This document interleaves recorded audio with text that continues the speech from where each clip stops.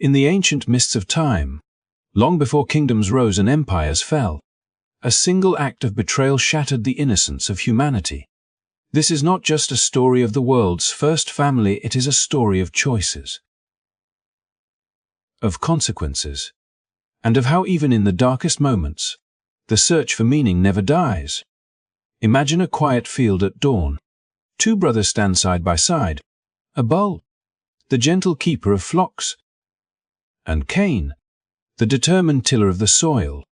The morning air is cool, heavy with the scent of earth and sacrifice. Yet beneath the stillness, something dangerous stirs, a storm of envy and wounded pride. In a heartbeat, the field becomes a stage for history's first murder. Cain's jealousy erupts, and Abel falls, his blood seeping into the soil that once nourished their family's hope. But the story does not end with tragedy. When God confronts Cain, he does not simply destroy him. Instead, Cain is marked not with vengeance, but with protection. This mark is a sign both of judgment and of mercy, a symbol that even in humanity's darkest hour, divine justice carries the weight of compassion. It is the first glimpse of a paradox that echoes through all Scripture. The possibility of redemption even for those who have strayed furthest from the light. Driven away from the land of his birth, Cain becomes a wanderer. Picture the endless wilderness stretching before him, barren hills, silent valleys, and skies that seem to judge with every passing cloud. Each step takes him farther from the home he once knew, from the parents who wept for both sons, the one dead, the other lost. His exile is not just a punishment, it is a journey into the unknown, a journey that will shape the future of humankind. And yet, this is where our mystery deepens, for out of this tragedy, Cain will plant the seeds of something entirely new. In the land of Nod, he will build the world's first city. From a fugitive comes the spark of civilization, and with it, the birth of his son Enoch. But this Enoch is no ordinary child. His life will be woven with visions of angels, revelations of hidden realms, and a book so powerful that, centuries later, church leaders would try to erase it from history. Before we uncover these secrets, before we open the forbidden pages and explore why the Book of Enoch was hidden for so long, take a moment to support the journey. If stories of ancient mysteries and long-lost revelations inspire you as much as they inspire us, please tap the like button and subscribe to our channel. Hit the notification bell so you will never miss an episode of these timeless mysteries.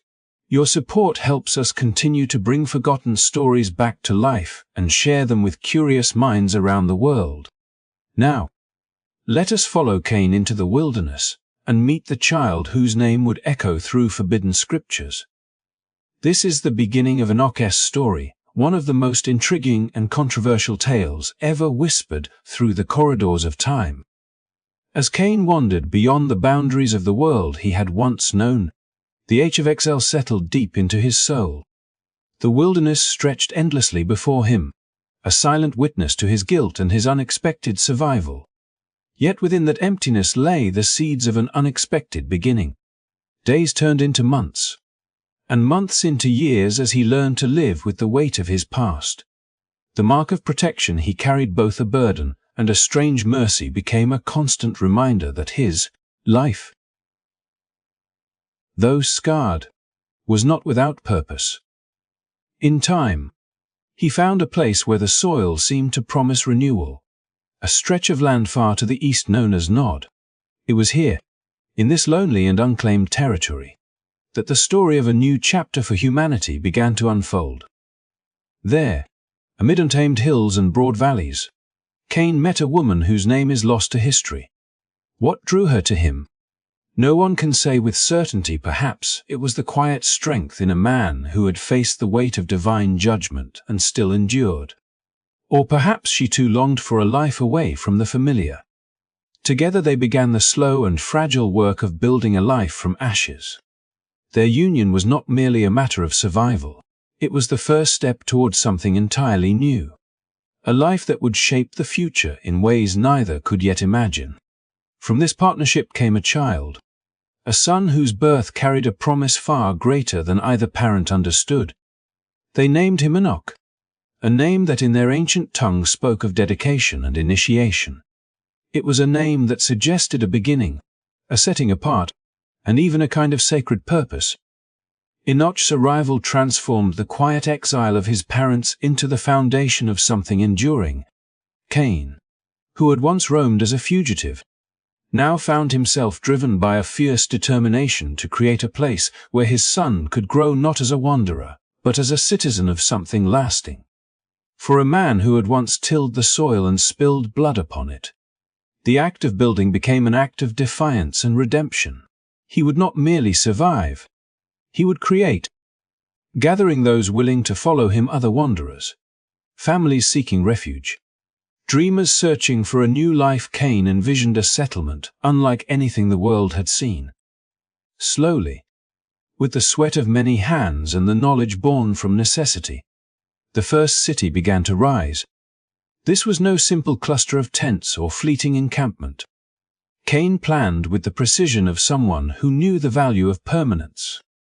He chose a site where water flowed reliably and the surrounding ground could support both people and livestock. Stones were shaped and set, timber lifted and bound, until walls began to define the edges of a new society. The rhythm of hammers and voices at work replaced the silence of exile, and the sound of human ambition echoed across the plain.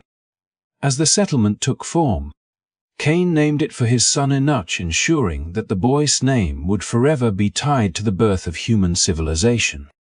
In doing, he also bound his own legacy to something larger than his own tragic past. For the young Enoch, childhood unfolded in a setting no human child had ever experienced. While his ancestors had known only open fields and solitary family dwellings, Enoch grew up among walls and gates, surrounded by the hum of collective life. He wandered narrow streets laid out by his father's hand, listened to the clamor of traders and craftsmen, and watched as strangers from distant places brought stories and goods into the heart of the city. His playground was the very blueprint of urban existence. Courtyards where music and laughter mingled, workshops where tools and ornaments were shaped, and gathering places where the earliest debates of governance were born. In this place of firsts, the boy absorbed the art of living together, a lesson as complex and transformative as any spiritual revelation. The city of Enoch was more than shelter. It was a living experiment in human cooperation and creativity. As seasons turned, Cain's descendants and their neighbors discovered new ways to farm and herd within the confines of their walls. They learned to channel water, to preserve food, and to share knowledge. Among them emerged musicians who coaxed melodies from newly crafted instruments, metalworkers who transformed ore into tools and weapons, and thinkers who began to measure the passage of time by the patterns of the heavens. From the union of necessity and imagination, culture began to bloom. What had started as a refuge for a marked wanderer became the birthplace of music, craft, and communal life. Enoch, the child whose name the city bore, matured alongside this unfolding culture. He watched as his father's vision grew into something neither of them could fully contain. The boy learned not only the skills of survival, but the subtler arts of leadership and negotiation. For a city was more than its walls, it was the living hearts of its people. He saw how disputes arose between families and how decisions about trade or defense required wisdom and patience. He came to understand that the city itself was a fragile balance of ambition and harmony, of individual dreams and collective needs. By the time he reached manhood, Enoch carried within him a sense of purpose shaped by both the triumphs and the tensions of this new urban world. Though Cain's past could not be undone, the city named for his son became a testament to humanity's capacity to create even in the shadow of failure. The birth of Enoch and the rise of his city marked the dawn of a new chapter in the human story, one in which people learned not only to survive but to build, to organize, and to imagine a shared future. Out of exile came innovation. From a single family's struggle came the first heartbeat of civilization. And at the center of it all, The young Enoch grew, his life destined to carry mysteries far greater than the walls that bore his name. Generations passed, and the city that bore Enoch's name grew from a lonely refuge into a vibrant center of life and ingenuity. The mark of Cain that once symbolized exile now lay hidden beneath layers of human achievement, as his descendants turned survival into art and necessity into culture. From the fertile valleys that stretched beyond the city walls came the low hum of herds moving like living rivers across the plains. These were the first great keepers of animals, men and women who learned to guide and breed the creatures of field and pasture. Their flocks provided more than food. They offered a rhythm to daily life, a living wealth that transformed wandering families into settled clans and knit the people together in shared purpose. Within the city itself, the air was alive with the sound of music, a gift as unexpected as it was powerful. Among the children of Cain arose those who could coax melody from bone and string, from hollow reed and taut hide. Their songs captured the rising and setting of the sun, the hush of twilight, and the stories of ancestors whose names were already fading into legend. The beating of drums echoed the pulse of the earth itself, while flutes and lyres lifted human voices toward a sky that seemed, at times, distant and unhearing. In their music, joy and sorrow met and mingled, and for a brief moment, the pain of exile softened into beauty. Yet even as music gave voice to the human heart, another kind of brilliance was shaping the world in fire and stone. In hidden forges where sparks leapt like captured stars, Cain's descendants discovered the mystery of metal. With patient hands they smelted ore from the earth and hammered it into tools that would change the destiny of every generation to come. Blades that once belonged only to nature now rested in human-grasped plowshares that broke stubborn soil, chisels that carved stone, and instruments that bent the strength of the earth to human will. Bronze and iron became extensions of their ambition, symbols of a new power that promised both creation and destruction. As the city expanded, these achievements knit together into something greater than the sum of their parts. Streets emerged, lined with homes whose walls bore the marks of patient craftsmanship. Markets bustled where traders bartered goods carried from distant plains and mountains. Waterways and storage pits showed the early science of planning, and every corner of the settlement bore witness to minds unafraid to dream beyond mere survival. The descendants of Cain became the world's first urban planners, weaving their knowledge into structures that stood against wind and time, giving permanence to what had once been fleeting. But with every step forward, the memory of the garden grew fainter. The stories of Adam and Eve, once told in the hush of evening fires, began to fade into myths spoken only by the oldest among them. The Creator's voice, which once walked in the cool of the day, seemed now like a distant echo. Their hands, skilled in shaping earth and metal, built wonders of their own making, and in their hearts the space once filled with reverence for the divine began to close. Progress became its own kind of faith.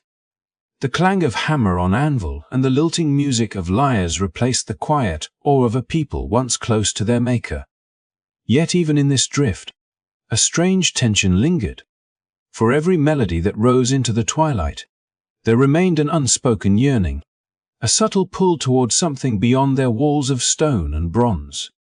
The cattle lowed beneath stars that glittered like a silent reminder of promises long forgotten. The fires of the forge illuminated not only their accomplishments, but also the shadow of their separation, casting long flickering shapes that whispered of both triumph and loss. The city of Enoch stood as a paradox, a testament to human creativity born from a lineage marked by exile, a cradle of music and industry, and a sign of how quickly the human heart can wander even while building greatness. From animal husbandry to the harmonies of song, from the mystery of metal to the order of city planning, Cain's descendants shaped the very foundations of civilization. Their brilliance would echo through the ages, but so too would the quiet reminder that the further they reached for mastery over the earth, the more easily they forgot the one who had breathed life into the dust.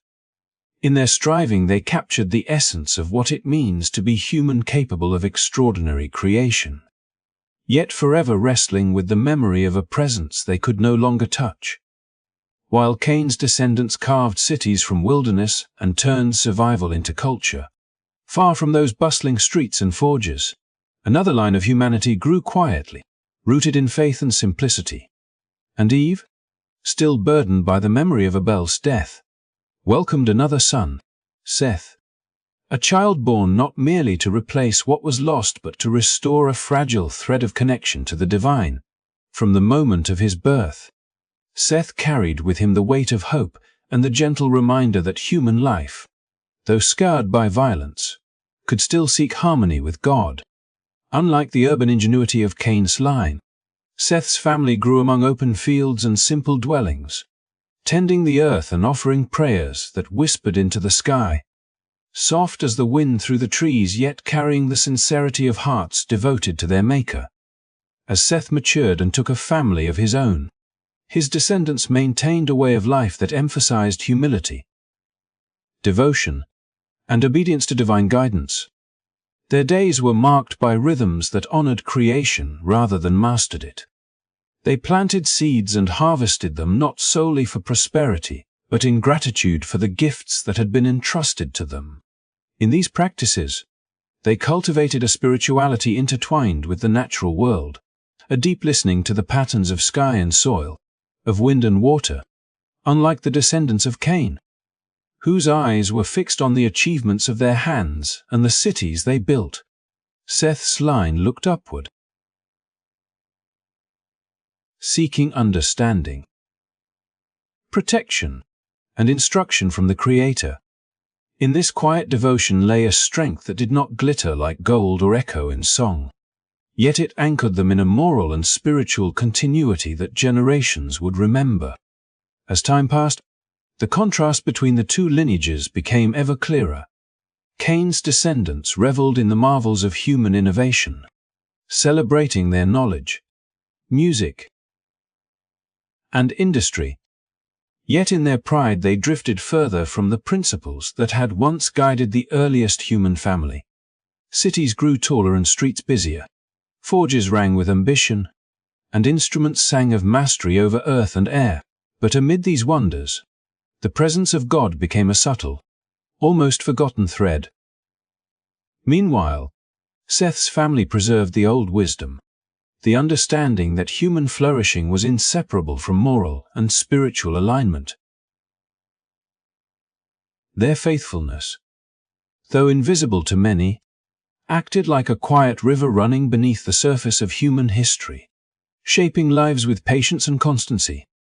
This growing divergence between Cain's and Seth's lines was more than a matter of lifestyle or profession. It was a spiritual chasm, a reflection of choices made and paths taken. Where Cain's descendants focused on shaping the world externally, building tangible monuments to their skill and endurance, Seth's family cultivated internal landscapes, tending the soul and listening for divine guidance. In the eyes of observers, one line may have seemed to flourish more visibly, its cities and crafts striking and impressive, while the other appeared modest, even fragile. Yet in truth, the strength of Seth's line was less about display and more about endurance. The ability to preserve faith and virtue in the midst of a world increasingly fascinated with human capability alone. Enoch, growing within the thriving city of his father Cain, found himself situated at the intersection of these two worlds. He was heir to achievements that could astonish the imagination: streets carefully laid, instruments played, metalwork perfected, and knowledge of animals and agriculture unparalleled. Yet even as he learned to navigate the complexities of urban life, the whisper of the other line reached him: the humble prayers, the devotion, the guiding principles that Seth's descendants upheld. In his heart, Enoch began to sense a tension between what humans could accomplish on their own and what could only be understood through communion with the divine. He watched the pride of his own family's accomplishments, The way music and metal and city planning captivated attention. And he wondered if these wonders, brilliant though they were, might also blind them to truths that could not be forged or built. This spiritual divide did not erupt suddenly. It unfolded like a slow current beneath the surface of human history. Children of Cain and Seth might never have met directly, yet the paths and values ran parallel, offering a silent contrast that would ripple across generations. In stories told around evening fires, in quiet reflections beneath the stars, the differences became evident. One lineage focused on what could be achieved through human ingenuity, the other on what could be received and honored through faithful relationship with God. As Enoch, this awareness became a formative part of his education, not one taught in workshops or schools, but experienced through observation, reflection, and a growing sense of responsibility that extended beyond his city's walls. The stage was set for a man who would bridge these worlds, a figure who would inherit the achievements of Cain's descendants yet begin to seek the wisdom preserved in Seth's line. In witnessing both the glory of human innovation and the quiet strength of devotion, Enoch's story began to acquire a deeper dimension. It was no longer simply the tale of a boy growing in a city. It was the story of a lineage at a crossroads, of civilization meeting spirituality, of creation and conscience colliding in the life of one extraordinary individual. The contrast between these families illuminated the choices that every generation faces: to rely solely on one's own skill and knowledge, or to remain mindful of the greater truths that guide the unseen forces shaping the world. In this tension lay the first hints of the visions and revelations that would later define Enoch's journey, a journey that would bridge pride and humility, innovation and faith, human endeavor and divine insight. Even as Enoch walked the streets of the city that bore his name, surrounded by the fruits of human ingenuity and the echoes of his father's ambition, there stirred within him a restlessness that no music, no metalwork, and no marketplace could satisfy. The bustling life of the city, full of voices and labor and invention, carried him far in knowledge of the human world. Yet something deeper called to him, a whisper beyond the clamor of civilization, an invitation to step beyond what could be seen and touched. Born of a lineage marked by exile and the shadow of Cain's curse, Enoch might have been expected to follow in the path of pride and worldly achievement. But even amid the streets and walls of his father's creation, he felt the pull of something far older, far greater, a presence that both humbled and beckoned him toward reflection. From the earliest moments of awareness, Enoch sought silence in which to hear this subtle call. Beneath the shade of olive trees, beside quiet streams that ran along the edges of the city, he would pause, kneeling or sitting alone, focusing his mind on the rhythms of his own breath and the faint pulse of life surrounding him. It was in these moments that he first learned the power of intention, the discipline required to quiet the endless chatter of the mind, and the patience to wait for a voice not his own. Prayer and meditation became his gateway to a world that had been hidden from most humans, a realm that pulsed alongside the physical, unseen yet as real as the stones beneath his feet or the winds that swept through the open courtyards. At first, these encounters were subtle, impressions rather than visions, a shift in the light, the sudden clarity of a thought not originating from his own reasoning, or the strange sense that he was not alone even when no other human was present. These moments hinted at a reality larger than the city's walls or the achievements of men. Enoch began to understand that to witness this realm required discipline of both heart and mind, a willingness to listen and to discern between his own desires and the truths that spoke beyond them. Slowly, almost imperceptibly, the veil between the worlds seemed to lift. In the quiet of his reflection, he began to glimpse the presence of beings unlike any he had ever imagined, angels whose forms shimmered and shifted, whose purpose seemed entwined with both the material and the spiritual.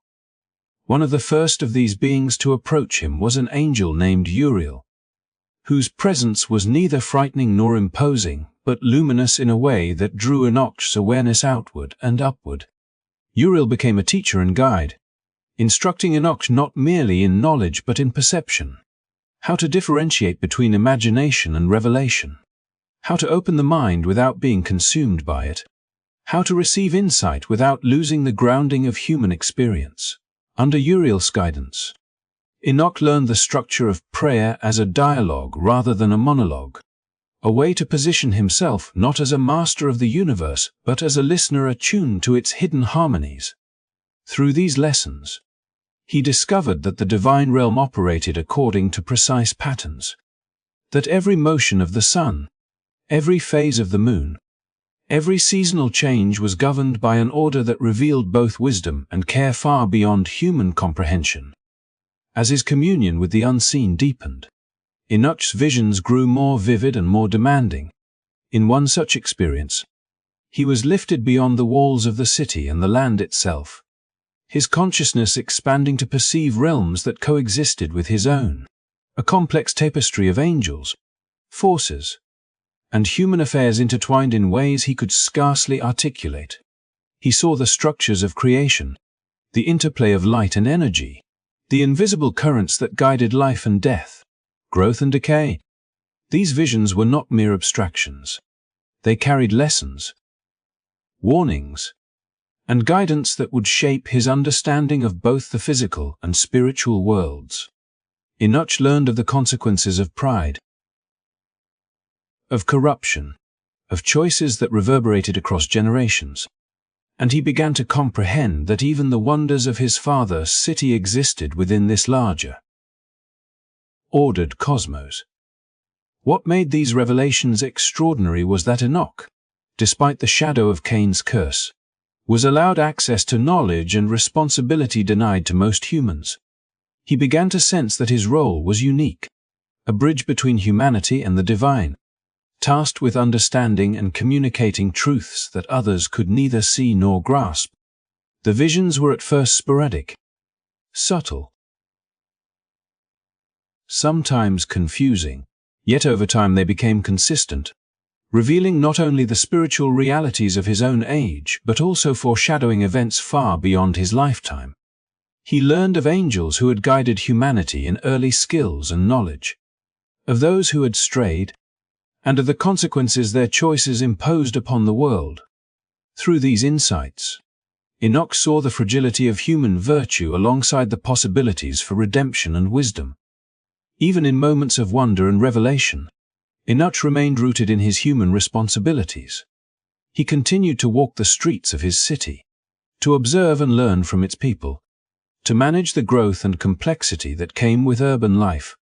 Yet all the while, he carried within him the invisible threads of a larger cosmos, seeing how pride, innovation, and knowledge could elevate or corrupt, how human achievement needed guidance from principles that transcended skill or ambition.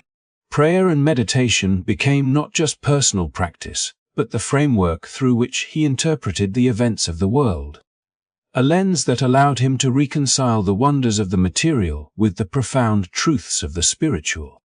In this period, Enoch began to write, first in private notes, then in carefully preserved scrolls, recording not only the visions themselves but the lessons embedded within them, the relationships between angels and humans, the consequences of choices, and the subtle ways the divine touched the material world.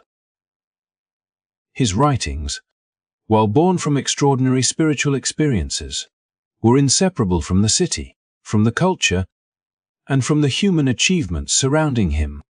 The life of Enoch thus became a tapestry woven of two worlds, the brilliance of human endeavor and the luminous guidance of the unseen, an intertwining of exile, inheritance, and enlightenment that would echo through generations far beyond the walls of the city that bore his name. As Enoch's understanding of the unseen world deepened, the angel Uriel became a constant presence at the edge of his consciousness, guiding him through revelations that transcended ordinary human experience. Unlike the fleeting glimpses of divine reality that first startled him, Uriel's instruction was systematic, patient, and profound, drawing Enoch into an awareness of the cosmos as an intricately ordered whole. Through long sessions of contemplation and vision, he learned that every motion in the heavens, from the rise and setting of the sun to the predictable phases of the moon, followed a pattern that was deliberate and precise, a harmony that could be traced not only in the skies but in the rhythms of life upon the earth. These laws of creation, so meticulously designed, were not arbitrary. They reflected both justice and mercy, a balance that held the universe in equilibrium and allowed humanity to flourish when aligned with divine intent. Uriel introduced Enoch to the hierarchy of angels, explaining that each being had a specific role in maintaining the order of creation. Some guided human civilization, imparting knowledge of agriculture, animal husbandry, and the basic crafts that allowed humans to survive and thrive, while others remained in realms beyond human perception, administering cosmic balance in ways that ensured the sun's warmth and the rain's timing, the growth of forests and the fertility of fields. Enoch marveled at the interconnectedness of all things, realizing that the flourishing of his city, with its streets, markets, and music, existed not in isolation but as part of a grand design, every action and decision rippling outward through both the physical and spiritual worlds. The wisdom imparted by Uriel carried with it the understanding that nothing in creation was insignificant. Every gesture, every movement, every thought had its place within the divine structure. Under Uriel's guidance, Enoch began to perceive the duality of human freedom and divine order. He saw that angels, while powerful and knowledgeable, were accountable to the laws set forth by the Creator, and that human beings, despite their limited understanding, could act in ways that either harmonized with these principles or defied them with consequences that echoed across generations. Some angels had taught humans arts and skills intended to nurture life, but others, driven by desire and ambition, had introduced knowledge that led to corruption and violence, creating what would later be called forbidden secrets.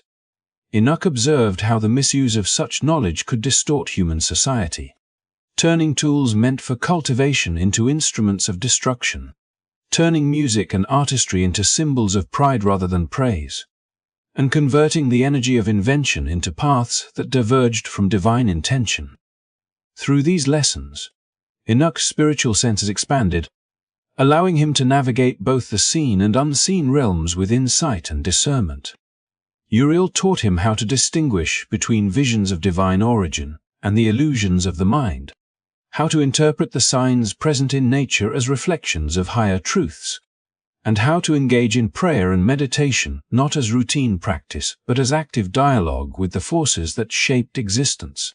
Enoch began to see the city that bore his name in a new light, understanding that the achievements of his family were remarkable not only in skill but in the ethical and spiritual choices that guided their application. The architecture of the streets, the harmony of music, the precision of metalwork all were elevated when aligned with divine order, but they risked becoming hollow marvels when divorced from awareness of the greater laws of creation. One of the most profound aspects of Uriel's instruction concerned the nature of divine justice and mercy. Enoch witnessed the consequences of choices, both human and angelic, and learned that every action, whether rooted in pride or humility, had effects that could not always be reversed. The angels who had strayed from their appointed roles introduced corruption that spread rapidly through human society, teaching humanity techniques and knowledge that, though powerful, carried moral weight and responsibility. Enoch saw how these fallen watchers influenced his world, guiding humans in ways that could either honor creation or sow chaos. And he began to comprehend the delicate balance required to maintain harmony between human ingenuity and divine purpose. Through Uriel's guidance, he learned to record these revelations with care, understanding that knowledge, once written, would serve future generations in ways that could guide or warn, illuminate or caution, depending on how it was interpreted and applied. As days and years passed, Enoch's mastery of these divine mysteries became intertwined with his human experiences. He walked the city streets, observed the laborers, musicians, and craftsmen, and applied his insights to governance, planning, and teaching. His understanding of cosmic laws allowed him to mediate conflicts, anticipate challenges, and foster an environment where human creativity could flourish without succumbing to the dangers of arrogance or ignorance. The lessons of Uriel were never abstract. They were practical, lived, and actionable, connecting the movements of stars with the management of markets, the cycles of rain with the planning of crops, and the melodies of music with the ethical harmony of community life. Enoch's awareness grew to encompass not just the spiritual dimensions of existence but their tangible intersections with everyday reality, blending insight with empathy, vision with leadership, and divine knowledge with human experience. In teaching Enoch, Uriel also illuminated the unique position of humanity within creation. While humans were capable of immense creativity, they were also fallible and vulnerable, their decisions shaped by both knowledge and desire. Angels, though powerful, were bound by laws they could not break, and Enoch's ability to understand both realms provided him with a perspective rare among mortals. He began to document these lessons meticulously, writing of the hierarchy of angels, the order of the cosmos, the precise laws governing creation, and the consequences of disobedience. Through his writings, future generations would gain insight into the interplay between divine authority and human responsibility, learning that the world's beauty and peril were inseparable, and that wisdom lay not only in what one could achieve but in the recognition of the forces beyond oneself that sustained and guided all life.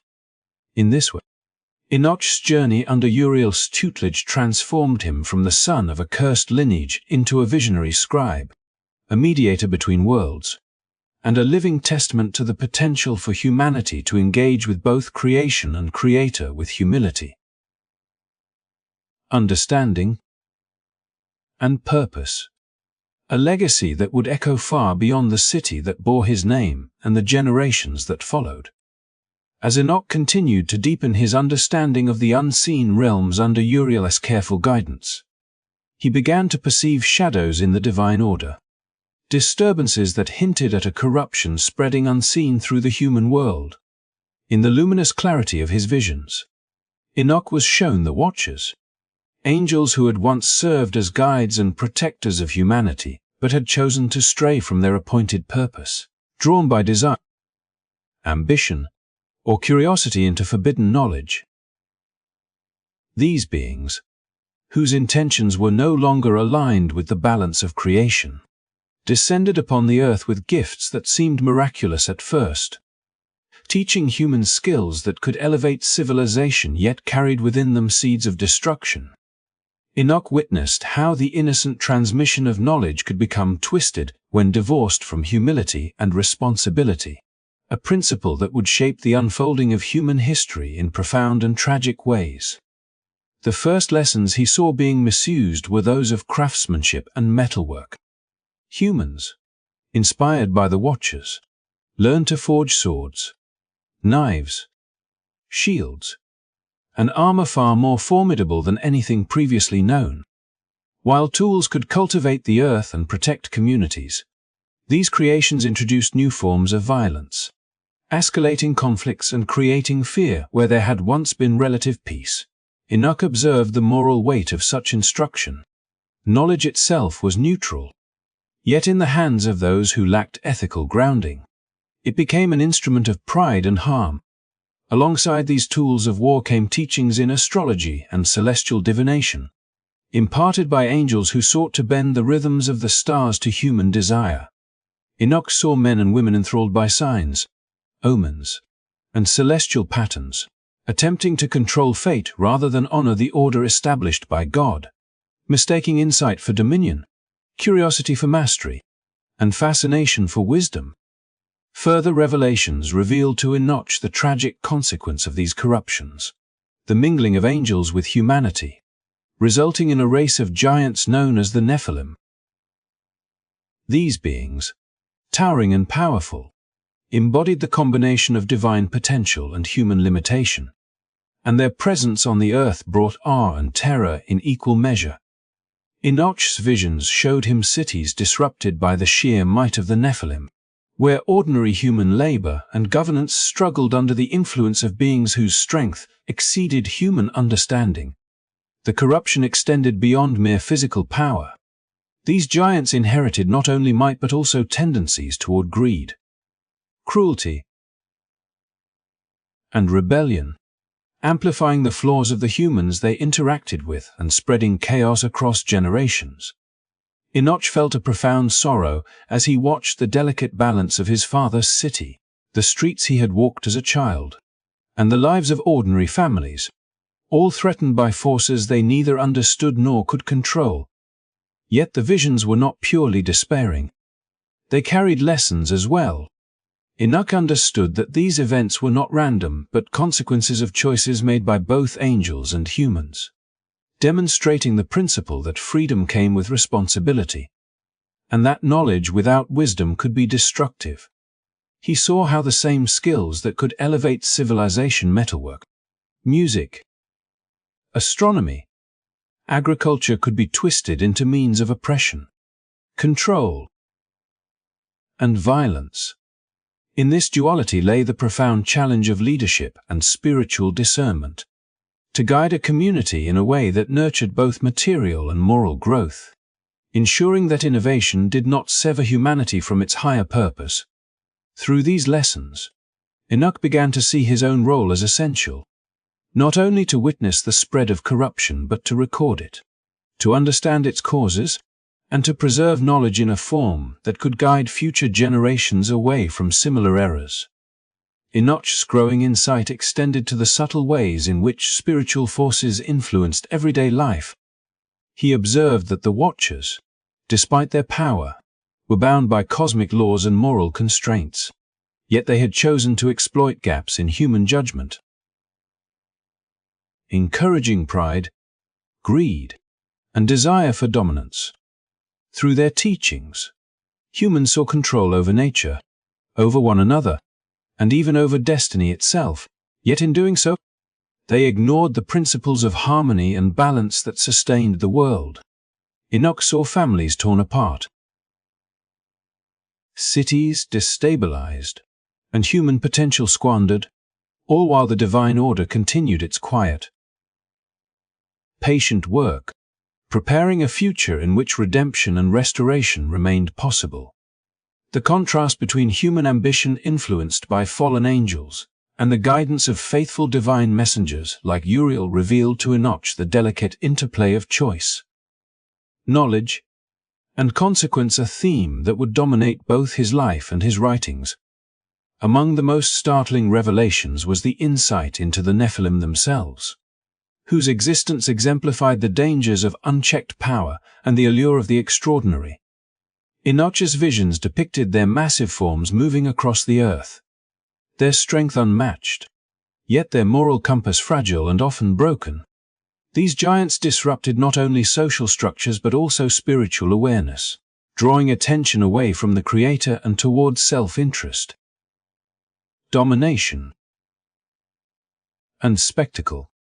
Enoch understood that the lessons humans needed to learn were not about fear alone, but about discernment, responsibility, and the pursuit of knowledge guided by humility. In this understanding, he found both purpose and urgency, to bear witness to the consequences of rebellion, to document the hidden truths of the age, and to provide a guide for those who would follow in generations yet to come.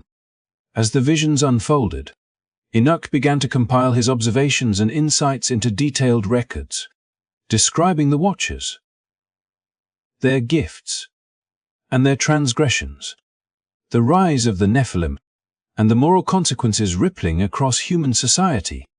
He wrote not as a distant historian but as one who had been present, spiritually and emotionally intertwined with the events, sensing the fear, awe, and hope of those affected by the unfolding corruption.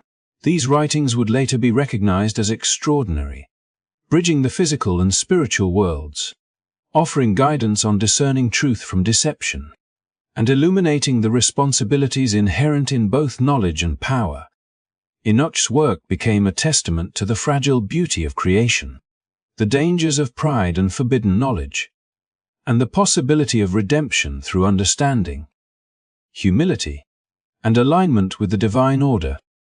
In these chronicles, Enoch ensured that the lessons of the Watchers and the Nephilim were preserved not merely as cautionary tales, but as enduring wisdom, showing future generations that knowledge, power, and skill were gifts whose value depended entirely on the choices and intentions of those who wielded them, and that the path toward light required both awareness of danger and unwavering pursuit of truth.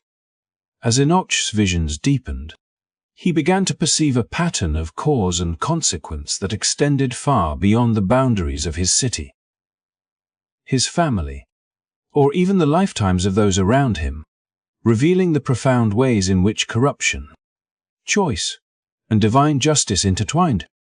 The angelic revelations he received unveiled a future shaped by human actions and spiritual transgressions alike. And among the most startling of these insights was the foretelling of a great flood, a cataclysm of unimaginable scale that would wash across the earth to cleanse it of the corruption that had seeped into every corner of civilization. Enoch saw the city streets he had walked as a boy, the workshops where metal was forged and music was learned, the fields tilled by farmers and shepherds, all in their vibrancy, yet all overshadowed by the looming presence of moral decay, the influence of the Watchers, and the rise of the Nephilim whose strength and pride threatened to overwhelm the delicate balance of life. The flood, as it appeared in his visions, was not merely a natural disaster but a profound act of divine intervention, a reset that would remove the accumulation of violence, arrogance, and hubris that had taken root over generations. Enoch understood that this judgment was not arbitrary vengeance but a necessary restoration, an act of mercy disguised in force, designed to preserve the potential of humanity while eliminating the forces that had twisted creation away from its intended harmony. He saw waters rising, swallowing cities and strongholds alike, the great giants falling as the deluge swept across lands where their might had previously reigned supreme. The Nephilim, whose towering forms had once inspired awe and fear, were shown to him as victims of their own rebellion, their destruction a necessary step to safeguard the future of mankind and ensure that the human story could continue untainted by the corruption of forbidden knowledge. In his visions, Enoch also observed the select preservation of a righteous remnant, a family chosen to survive the flood and carry forward the seeds of civilization in alignment with divine guidance. This family, faithful and mindful, would emerge from the waters with the opportunity to rebuild not only settlements but moral and spiritual foundations, demonstrating that redemption and renewal were possible even after immense destruction. Enoch perceived that the flood would not merely remove the physical consequences of human failure, but it would also serve as a symbolic and literal cleansing, an event that would remind humanity of the balance between freedom and responsibility, creativity and obedience, knowledge and humility. He saw the importance of documenting this vision, ensuring that the coming generations would understand both the gravity of past errors and the hope inherent in new beginnings, bridging the immediate present with distant futures. The angel Uriel further explained to Enoch that the flood's timing and execution were governed by divine precision, that it would rise when corruption had reached its peak, and that its waters would recede only when a new equilibrium had been established. Enoch understood that every detail of this future event had meaning: the depth and reach of the waters, the survival of the righteous, and the cleansing of the Nephilim all carried lessons about justice, mercy, and the consequences of moral choices. He saw the interconnectedness of actions and outcomes, understanding that the chaos wrought by the fallen Watchers, the misuse of knowledge, and human pride necessitated this extraordinary intervention to preserve the trajectory of life in accordance with the Creator's design. In witnessing these events, Enoch's role as scribe and mediator became ever more vital, as he recognized that recording these revelations would provide a moral compass and spiritual guide for those who would come after him. Within these visions, Enoch also sensed the immense emotional weight of the coming flood. He saw the fear and confusion of humans, the cries of the innocent, and the tragic fall of beings whose potential had been corrupted.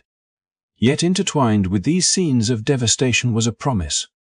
The waters would recede, new soil would emerge, and with it, the possibility of renewal and growth. Humanity would be offered the chance to start afresh, to rebuild society in a way that honored the principles of justice, humility, and alignment with divine law. Enoch perceived that the flood was not merely punitive but instructive, a profound lesson embedded in the natural and spiritual orders, meant to teach future generations the consequences of moral failure and the importance of walking in harmony with creation. As he recorded these revelations, Enoch's writings became a tapestry of forewarning and hope, illustrating the duality of divine justice and mercy.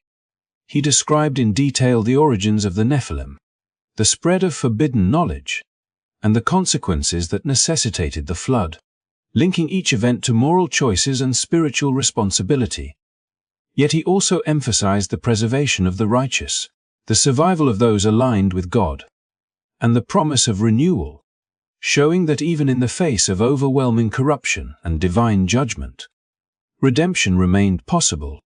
His accounts transformed raw visions into lessons of enduring significance, weaving together history, prophecy, and ethical guidance into a coherent narrative that could instruct and inspire generations far beyond his own time. Through Enoch's eyes, the flood was revealed as the culmination of both human error and divine mercy, a monumental event designed to cleanse the earth, eradicate the Nephilim, and restore humanity to a path of righteousness. The vision instilled in him a sense of purpose, the urgency to record and interpret these revelations so that those who followed would understand the stakes of moral choices, the consequences of corruption, and the hope that lay in renewed alignment with divine law. The flood was both an end and a beginning, a force that wiped away the consequences of pride and rebellion while simultaneously offering humanity a second chance to cultivate civilization in harmony with the Creator's design. Enoch's role as chronicler ensured that this knowledge would endure, providing a bridge between past transgressions and future possibilities, a testament to the enduring principles of justice, mercy, and redemption that define the human journey and the unfolding story of creation. As Enoch matured in wisdom and spiritual understanding, he embraced a mission that would define not only his life, but the moral and metaphysical framework for countless generations yet to come. The visions he had received, once fleeting glimpses of divine truths, crystallized into a coherent awareness of the cosmic order, the interplay between spiritual and human realms, and the consequences of choices made by both angels and men. Enoch, fully aware of the weight of what had been revealed to him, began to record meticulously the hierarchy of angels, their roles in maintaining the balance of creation, and the deviations of those who had turned away from divine purpose, teaching forbidden knowledge to humanity and sowing corruption across the earth. In these writings, he captured not only the structures of the celestial host, but also the moral principles that governed their actions, showing how divine law extended far beyond the boundaries of human experience, intertwining with the physical world in ways both subtle and profound. Through these chronicles, Enoch detailed the narratives of the Watchers, angels whose rebellion introduced weapons, astrology, and cult practices to humanity, catalyzing the rise of the Nephilim, beings of immense power whose very existence threatened the balance of life. He did not present these accounts as mere stories, but as lessons in ethics, illustrating how knowledge and power, when divorced from responsibility and humility, could corrupt entire civilizations. Enoch's prose conveyed both the majesty and the danger inherent in divine gifts, emphasizing that insight without moral grounding could become a conduit for destruction. He meticulously recorded the interactions between these celestial beings and humans, showing how subtle deviations from obedience and reverence produced cascading consequences, reshaping societies and altering destinies over generations. As Enoch continued, his writings expanded to encompass the greater narrative of cosmic conflict, describing how the balance of creation was challenged not only by human failings, but by spiritual entities who had strayed from their intended roles. He revealed the overarching struggle between divine purpose and rebellion, illustrating how the choices of individuals, whether angelic or human, reverberated through the fabric of existence. In doing, Enoch illuminated a complex moral universe, one in which justice and mercy coexisted, where consequences were both inevitable and instructive, and where redemption remained possible even after the gravest transgressions. The flood, as he had foreseen, served as the pivotal event in this cosmic narrative, purging the earth of corruption and providing a fresh beginning for humanity, while preserving the potential for righteous living, demonstrating the enduring principle that divine judgment is intertwined with hope and restoration. Enoch's works also explored the concept of divine mediation, revealing how he, a descendant of Cain, could serve as an intermediary between humanity and the spiritual realm. His unique perspective, born of a lineage marked by both transgression and divine protection, allowed him to bridge gaps in understanding, to interpret celestial guidance for human benefit, and to offer insight into the consequences of moral choices. He wrote with clarity and precision about the interconnectedness of all life, illustrating how angels, humans, and the natural world were bound together in a delicate equilibrium. His accounts emphasized that maintaining harmony required awareness, discipline, and reverence, and that the ethical use of knowledge was inseparable from spiritual insight. Through these teachings, Enoch sought to equip future generations with the tools to navigate both the visible and invisible dimensions of existence, showing that understanding the cosmos was inseparable from understanding one's moral responsibility within it. The profound scope of Enoch's writings did not remain hidden. Fragments and references began to circulate among Jewish communities, providing guidance during times of persecution, uncertainty, and moral questioning. His texts offered clarity regarding the spiritual dimension of earthly events, explaining why suffering persisted, why the wicked sometimes prospered, and how divine justice would ultimately prevail. These teachings offered both comfort and instruction, revealing that the world's apparent chaos was part of a larger, ordered design and that humanity's role was to align with the principles of justice, mercy, and faithfulness. Enoch's descriptions of angels, their hierarchy, and their interaction with humans established a framework for understanding spiritual authority, providing insight into how divine forces influence the course of human history while maintaining the freedom necessary for moral growth. Early Christian thinkers, encountering these writings, found in them echoes of themes that would later appear in canonical texts. From Paul's letters to the apocalyptic visions of Revelation, concepts of cosmic conflict, the role of angels in guiding and testing humanity, and the ultimate triumph of divine justice resonated with the emerging Christian understanding of salvation, judgment, and redemption. Enoch's writings, while eventually excluded from the mainstream biblical canon, profoundly influenced theological reflection, providing a rich tapestry of insight that complemented scriptural teachings while expanding awareness of the spiritual dimensions of existence. His meticulous records of prophecy, moral law, and cosmic structure offered a guide for contemplating human destiny, ethical responsibility, and the interplay between freedom and divine oversight. Despite centuries of partial obscurity, The rediscovery of Enoch's works in later periods allowed scholars and spiritual seekers to reconnect with these profound insights, offering fresh perspectives on ancient wisdom. His accounts provided historical, moral, and spiritual context that illuminated both the development of Jewish thought and the formation of early Christian theology. By recording the rise of the Nephilim, the corruption of knowledge, and the coming of the flood, Enoch preserved lessons that transcended his immediate era, creating a legacy that instructed humanity about the dangers of hubris, the value of humility, and the enduring possibility of redemption. His texts emphasize that even amidst rebellion, moral failure, and cosmic disruption, the principles of justice, mercy, and divine order remained accessible, offering hope and guidance for those willing to walk in alignment with God's plan. Ultimately, Enoch's role as scribe and prophet bridged generations, connecting the earthly and spiritual realms, documenting the consequences of choices, and offering a vision of redemption that was as practical as it was transcendent.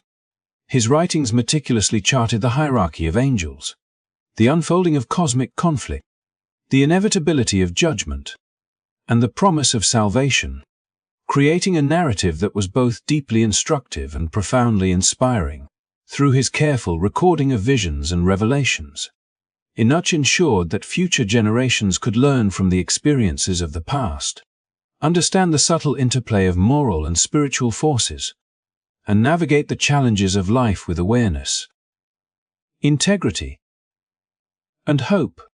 In this way, the Book of Enoch stands as a timeless testament to the power of knowledge, the necessity of moral vigilance, and the enduring promise of redemption that continues to resonate in both Jewish and Christian traditions, shaping understanding of the cosmos, divine justice, and the moral responsibilities of humanity for generations to come.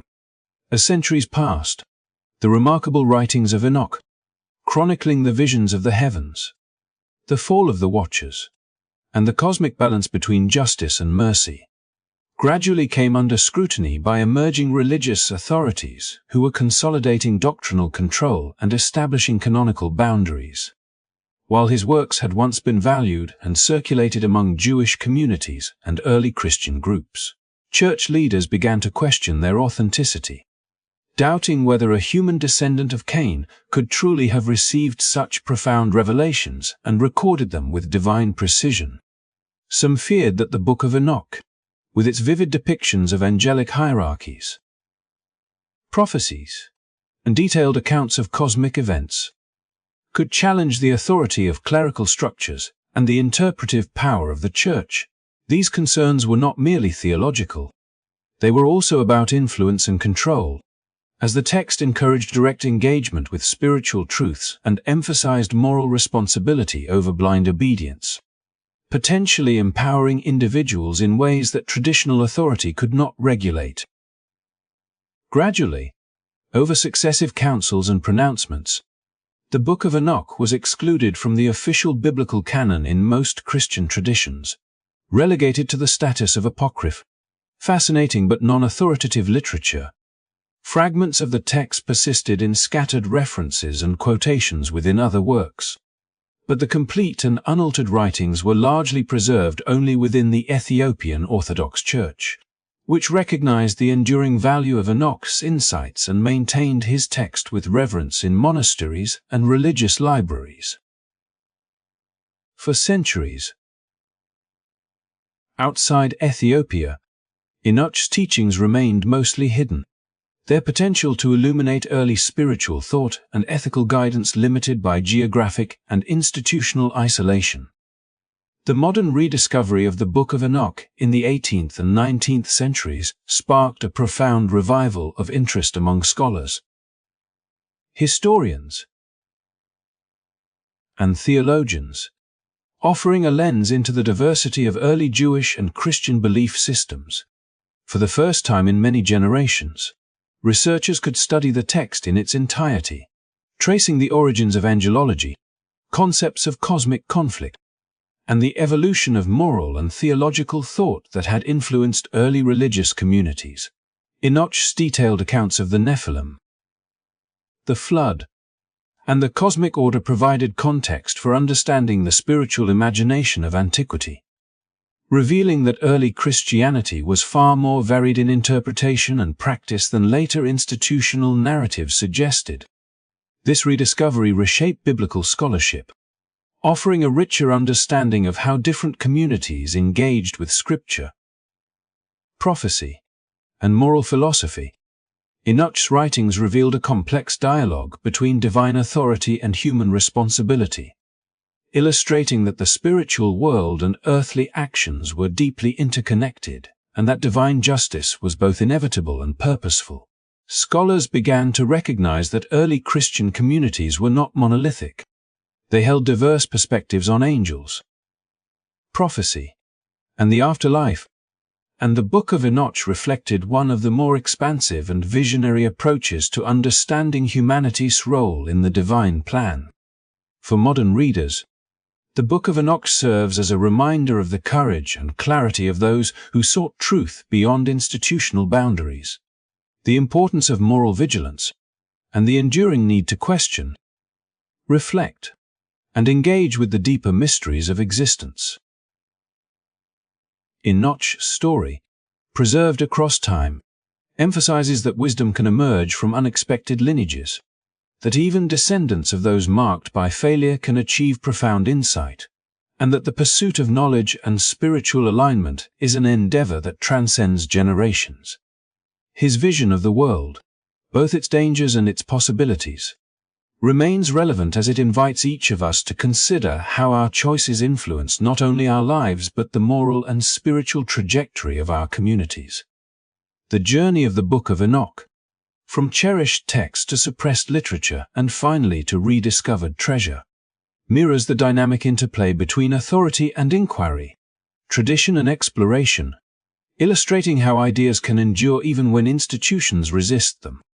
As we reflect on this story, we gain perspective on the fluidity of religious understanding, the courage required to seek knowledge, and the transformative potential of recording, preserving, and sharing revelations that illuminate the human experience. Enoch's writings remind us that spiritual insight is not static. It evolves, challenges assumptions, and invites ongoing exploration, encouraging us to remain vigilant, compassionate, and curious in our pursuit of truth. Thank you so much for joining me on this fascinating journey into the life and legacy of Enoch, the son of Cain, whose remarkable visions shaped centuries of spiritual thought and continue to inspire modern scholarship. If you found this story captivating, insightful, or thought-provoking, do not forget to like this video, share it with friends who love uncovering hidden histories, and subscribe to the channel for more explorations into the mysteries of our past. Your support helps bring these stories to life and ensures that more hidden narratives can reach curious minds around the world. As we close today, I wish you a restful night filled with wonder and reflection, where dreams may carry you to worlds of insight and imagination. And may you wake inspired by the lessons of the past and the possibilities of tomorrow. Sleep well, and I will see you in the next video, where another hidden story from history awaits to be uncovered.